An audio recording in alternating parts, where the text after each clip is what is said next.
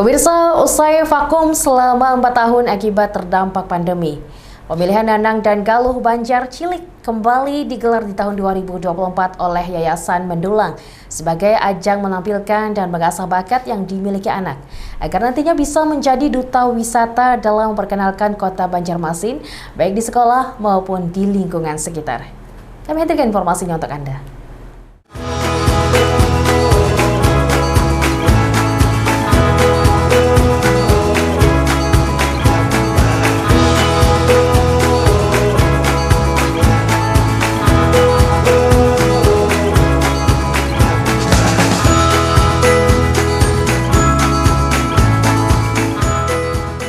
Sebanyak 130 peserta yang dibagi menjadi 2 kategori berdasarkan usia masing-masing mengikuti ajang pemilihan Nanang Galuh Banjar Cilik tahun 2024 usai vakum selama 4 tahun akibat terdampak pandemi yang digelar Yayasan Mendulang di salah satu kafe di kawasan Jalan Ahmad Yani kilometer 5,5 Banjarmasin, Jumat 1 November 2024.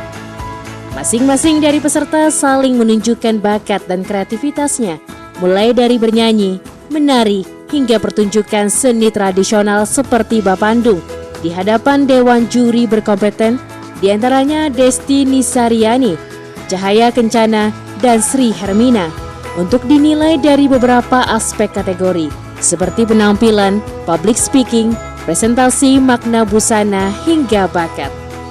Pemilihan Nanang dan Galuh Banjar Cilik ini merupakan wadah bagi talenta-talenta muda untuk menampilkan beragam bakat dan keterampilan yang dimiliki, terutama seni dan budaya di daerah sendiri, khususnya di Provinsi Kalimantan Selatan agar terus dikenal, dikembangkan, dan dilestarikan.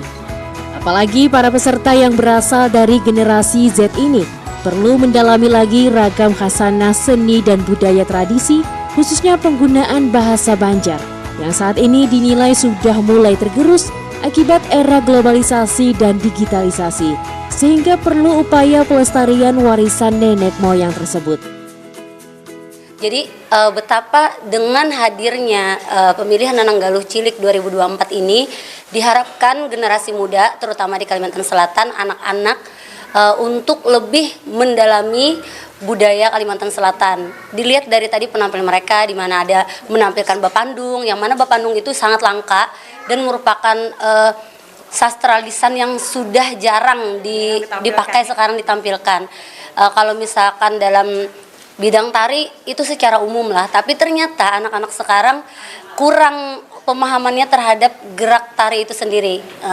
Mereka bisa menggerakkan, tapi untuk memahami geraknya itu mereka masih kurang. Jadi yang hari ini luar biasa, adik-adik semua itu di luar ekspektasi saya, Bu. Jadi memang budaya Banjar ini memang tadi seperti Bu Mimin bilang, bahasa Banjar itu di sekolah pun mungkin lebih sedikit gitu yang menggunakan bahasa Banjar. Nah, apalagi kalau misalnya di luar, bahasa Banjar ini mungkin sudah sedikit yang menggunakan gitu. Nah, dengan diadakannya pemilihan Nanang Galuh Cilik ini, adik-adik juga bisa menginterpretasikan bahasa Banjar itu lebih baik gitu. Dari tadi juga ada yang bahasa Indonesia, bahasa Inggris, dan bahasa Banjar itu tidak dilupakan, karena itu poinnya ya Bu ya. Nantinya untuk babak grand final atau penilaian dalam menetapkan siapa Nanang dan Galuh Banjar Cilik tahun 2024 akan dilaksanakan pada besok Sabtu 2 November 2024 di Gedung Mahligai Pancasila Banjarmasin. Erwin Yudanuari, Banjar TV.